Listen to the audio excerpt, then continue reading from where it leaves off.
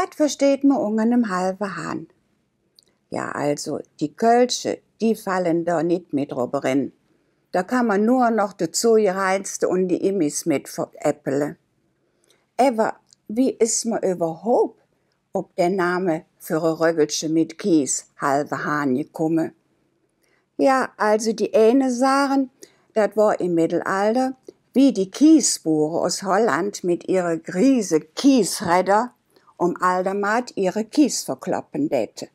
Da ist so ein Mensch einer gekommen und hätte gesagt, kann ich auch einen halben Hahn? Also eine halbe Hahn. Das ist die eine Version. Die andere Sache, für über 100 Jahre hätte er mit einem kölschen Grielächer sing Freunde veräppelt. Der hat denen ein halbes Hähnchen versprochen, aber dann mit dem Wet und dem Köbes, das ist die kölsche Bedehnung in einer Wirtschaft und einem Bräues, gesagt, wenn die Schwitt ein halbes Hähnchen bestellen tät, dann soll er ihnen ein Röggelchen mit Kies bringen. Vielleicht war er auch zu kniestig, denen ein halbes Hähnchen zu spendieren. Jedenfalls, der Witz ist in Köln wie ein Bomb eingeschlagen.